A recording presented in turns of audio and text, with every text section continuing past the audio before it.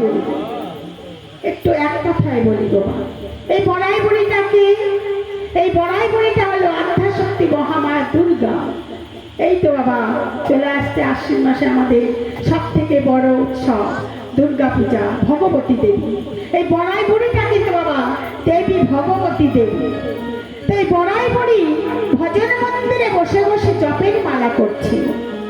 হঠাৎ গোবিন্দের বংশীধ্বনি শ্রবণ করেছে। গোবিন্দের বংশীধ্বনি শ্রবণ করে মনে মনে ভাবছে যে আজ গোবিন্দের আমার নৌকা বিলাস লীলার উদ্ভব হয়েছে। তাই তিনি বিকিকিরির ছলনা করে দধি দুগ্ধ ঘৃত ঘোলের একখানা পসরা সজ্জিত করেছে। কেন না বিকিকিরির ছলনা করে শ্রীমতী রাধারানীকে আমার ঘর থেকে বের করে নিয়ে যেতে হবে কোথায় না গোবিন্দ দর্শনে। আর সেইখানে গিয়ে আমরা রাধা গোবিন্দের যুগল বদন দর্শন করব। তাই আজ বুড়ি মামা চলেছে পসরা মাথায় নিয়ে কোথায় না জটিলা কুটিলার মন্দিরে। কেন না জটিলা কুটিলার মন্দিরের ঘরের বউ হলো শ্রীমতী রাধারানী।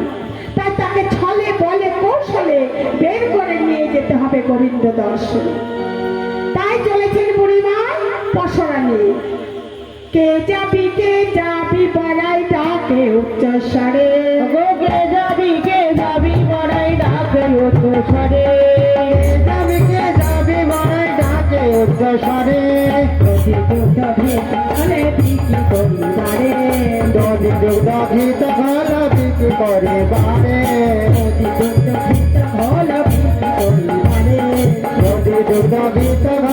বিক্রি করে বারে আয় আয় তোরা কেটে যাবো, আয় আয় তোরা কেটে যাবো, আয় আয় তোরা কেটে যাবো, আয় আয় তোরা কেটে যাবো। মথুরাতে হাট বসেছে, আয় আয় তোরা কেটে যাবো। মথুরাতে হাট বসেছে, এর দামে ঘর বিকাবে। মথুরাতে হাট বসেছে, এর দামে ঘর বিকাবে। মথুরাতে হাট বসেছে, এর দামে ঘর বিকাবে। মথুরাতে হাট বসেছে, আয় আয় তোরা কেটে যাবে, আয় আয় তোরা কেটে যাবে। হাঁটতে হাঁটতে চলে যাচ্ছে বাবা, গিয়ে জটিলা কুটিলার মন্দিরের সামনে দাঁড়িয়েছে।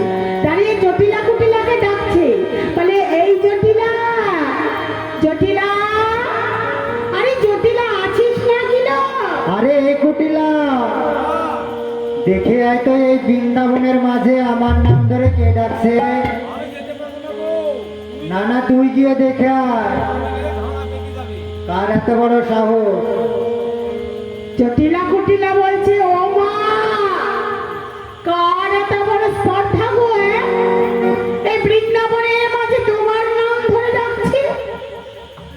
জটিলা বলছে দেখ তো মা কুটিলাকে এসেছে। বলে ও মা আমি যেতে পারবো না, আমি যদি যাই তাহলে তার সঙ্গে আমার বাবা ঝগড়া বিবাদ বেঁধে যাবে। না না তুই গিয়ে দেখে আয়। জটিলা বলছে তুই যা, কুটিলা বলছে তুই যা। এই বলতে বলতে মায়ের ঝিয়ে দুজনে বাবা মাথায় কাপড় এঁটে বলছে চল দেখি কে এসেছে। যেমনি মন্দির থেকে বাবা নিয়েছে মা দেখছে বুড়ি মা। লাজি জটিলা হলো না তো মুখী, জটিলা হলো না তো মুখে, জটিলা হলো না তো মুখে। তুমি এসেছো জানি না কি, জটিলা হলো না তো মুখী। তুমি এসেছো জানি না কি, জটিলা হলো না তো মুখে। তুমি এসেছো জানি না কি, জানলে কথা বলিতাম না গো, তুমি এসেছো জানি না কি, জানিলে কথা বলিতাম না গো। তুমি এসেছো জানি না কি। জটিলা হলো না তো মুখে। বলি ও বুড়িমা, এতদিন পরে আমার কথা মনে হয়েছে তোমার? এসো এসো এসো এসো, বসো বসো বসো।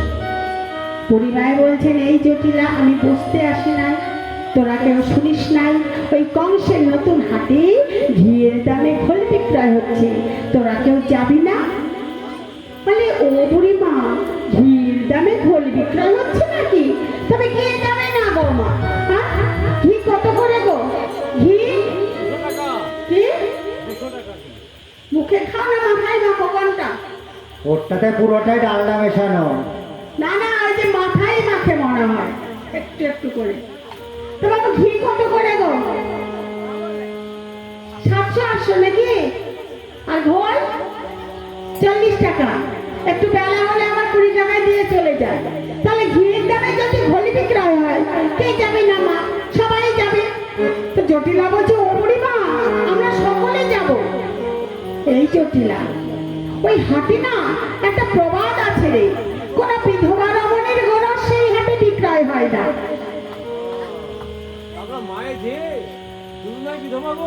হ্যাঁ, তোরা তো সত্যিই বিধবা রে। এই বিধবা কাকে বলে রে?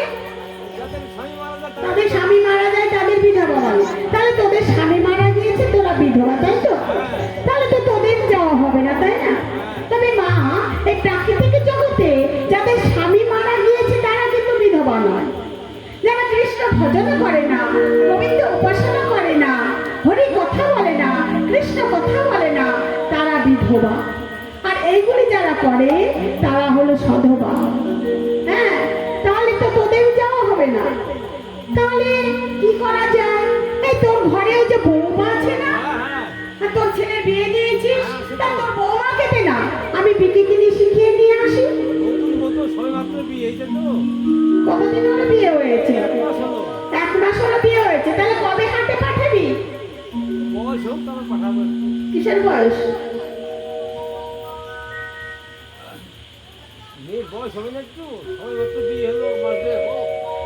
তাহলে তুই যেদিন পাঠাবি সেদিনই তো নতুন রে। 1 বছর পরে যদি পাঠাস তাও নতুন। তবে সকাল সকাল বিকিনি শিখা না রে। হ্যাঁ, কৃষ্ণ ভজনের একমাত্র সময় হলো সকালবেলা। তাহলে সকাল সকাল যদি বিকিনি না করাস তাহলে কবে শিখবে? আর দে দে দে, তোর বৌমাকে দিয়ে আমি বিকিনি শিখিয়ে নিয়ে আসি। জটিলা বলছে, ও বুড়িমা তবে শোনো একটু আস্তে আস্তে, আমার বৌমার না স্বভাবটা ভালো না। আর আমার বৌমা যদি একটু চুপি চুপি যায়, কিন্তু ওই দেখো কদম তলায় একটা কেলো ছোড়া আছে, এই ঝাঁকু ঝাঁকু চুল আর হ্যাঁকা ব্যাকা দেহ, হ্যাঁ, ওই কদম তলায় দাঁড়িয়ে থাকে। আর আমার বৌমা যেদিকে দিয়ে যায় সেই দিকে ঘুরঘুর ঘুরঘুর করে চলে। তবে বুড়িমা তুমি একটা কাজ করতে পারবে? ওই কেলো ছোড়াটা যে পথে থাকবে তুমি কিন্তু আমার বৌমাকে সে পথে নিয়ে যেতে পারবে। বুড়িমায় বলছেন, ঠিক আছে ঠিক আছে, ওই কেলো ছোড়াটা যে পথে থাকবে তোর বৌমাকে সেই পথে নিয়ে যাব না, সোজা বিকিনিতে নিয়ে যাব, আবার বিকিনি সমাপ্ত করে তোর কাছে রেখে যাব। এবারে জটিলা শ্রীমতী রাধারানীকে বলছেন, বৌমা তুমি এই বুড়িমায়ের সঙ্গে বিকিনির জন্য হাঁটে যাও। শ্রীমতী রাধারানী আমার শাশুড়ি মায়ের আদেশ পেয়ে চলেছেন। সখীগণদের সাহায্যে 2খানি পসরা সজ্জিত করেছে।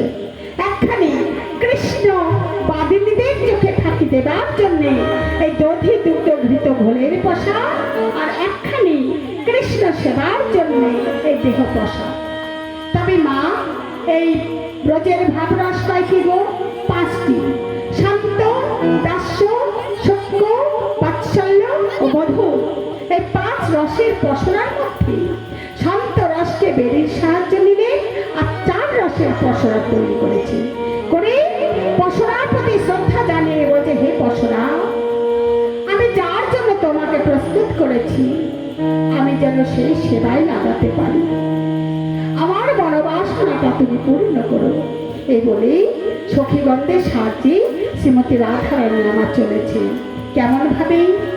সখীগণ করি সাথে পসরা দাসির মাথে, সখীগণ করি সাথে পসরা দাসির মাথে, সখীগণ করি সাথে পসরা দাসির মাথে, তীরে চলিল চন্দ্রমুখী আহারে, তীরে চলিল চন্দ্রমুখী আহারে, তীরে চলিল চন্দ্রমুখী, যেন তোরা মিলে যায় বাজেন্দ্র ভবনে ধার, যেন গুণ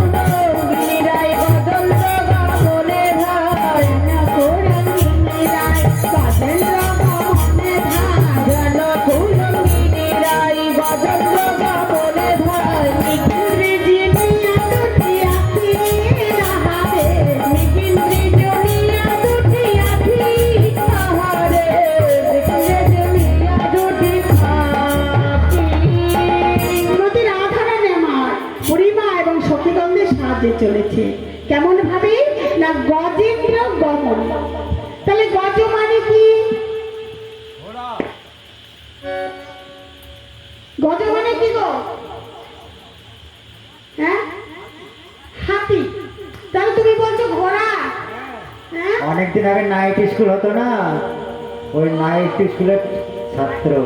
সাক্ষরতা পড়েছে, তবে তাই বলে না, সাক্ষরতা আমিও পড়িয়েছি বাবা, তবে সাক্ষরতা এইসব পড়াই না বাবা, ও একা একাই হয়তো পাশ করে গেছে। এই গজ মানে কি বলে? হাতি। হ্যাঁ হাতি, বারবার বলে হাতি, গজ মানে তাহলে হাতি। তাহলে হাতির মতো শ্রীমতী রাধারানী আমার পা ফেলে ফেলে চলেছেন কোথায় না, পশরা নিয়ে গোবিন্দ দর্শনে পিকিটি নিয়ে ছলনা করে। তবে মা, আমাদের একটা ধারণা আছে। ধারণাটা কি যে একটু বলি, এই যে আজকালকার মেয়েরা, সরকার একটা নিয়ম করে দিয়েছে কি, যা মোবাইল দেখে পড়াশোনা করতে হবে। ঘরে দরজা দিয়ে মোবাইল দেখে বাবা পড়াশোনা করছে, মায়ের দিদা ঠাকুমা মানে প্রাণপণে খেটে খুঁটে কাজ করছে, আরো ঘরের মধ্যে মোবাইল নিয়ে লেখাপড়াই করছে বাবা। আরো তো কত কি মোবাইলে হয় সেগুলো হয়তো করছে। হ্যাঁ, কানের কাছে ফিস ফিস করে মোবাইলে যা চাইবে তাই তো পেয়ে যাবে তোমার। ছেলে মেয়ে আমার ঘরের মধ্যে বসে বসে করছে, হয়তো মা বাইরে থেকে একটা হুকুম করেছে, মোবাইলটা ধুয়েছে বাবা, দরজাটা খুলেছে, আর এমন ভাবে খটখট খটখট করে এসেছে যে পায়ের কাছে যা ঘটি বাটি ছিল সবই বাবা একদম ফুটবলের মতো চলছে। তখন আমরা কি বলি? আমরা বলে এই হাতির মতো চলছিস কেন? হ্যাঁ, কিন্তু হাতির চলা ওইটা নয় বাবা। হাতির চলা কেমন না, হাতির চলা হলো ধীর স্থির নম্র ভদ্র। এই যে এ বলেছে ঘোড়ার চলা, আর মেয়েরা আমাদের ওই ঘোড়ার মতো চলে না, হাতির মতো চলছে না জামা শ্রীমতী রাধারানী। আর তার নয়নটি কেমন মেঘিতে জিনিয়া, মানে একটি ব্যাধ যখন হরিণকে শিকার করতে যায় আর হরিণ যখন জল পান করে, তখন হরিণটা চারিদিকে চায় আর জলটা পান করে, আর মনে মনে ভাবে কখন আমাকে ব্যাধের তীরটা এসে আমার গায়ে দিতে যাবে। তাই ওই হরিণের নয়নের মতো শ্রীমতী রাধারানীর নয়নটা আমার চারিদিকে গোবিন্দ দর্শনের জন্য খুঁজে বেড়াচ্ছে। ওরে তপন প্রতাপে তাপিত ভেল মহি চল, তপন প্রতাপে তাপিত ভেল মহি চল, তপন প্রতাপে তাপিত ভেল মহি চল, তপন প্রতাপে তাপিত ভেল মহি চল।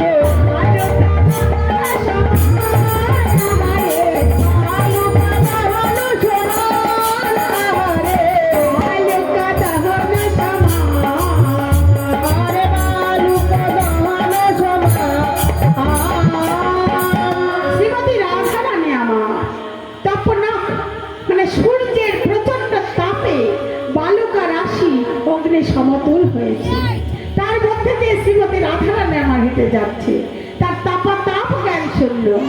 ওরে চলিল মথুরার দিকে চলে মনোহর শীতে, চলিল মথুরার দিকে চলে মনোহর শীতে, চলিল মথুরার দিকে চলে মনোহর শীতে। যমুনা কুলে রূপণিতা হলো রে, যমুনা কিনারে রূপণিতা হলো রে, যমুনা কিনারে রূপণিত, যমুনা কিনারে রূপণিত হলো রে।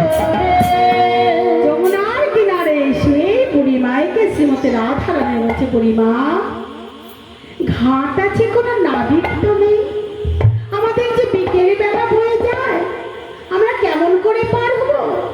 বুড়ি মায়ে বলছে, ও নাতিনি, ওই দেখ একজন নাবিক একখানা তরি নিয়ে এদিকেই আসছে, তুই একবার ভালো করে চেয়ে দেখ।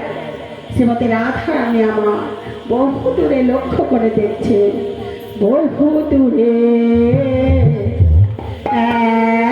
একখানি তরি ভেসে যায়।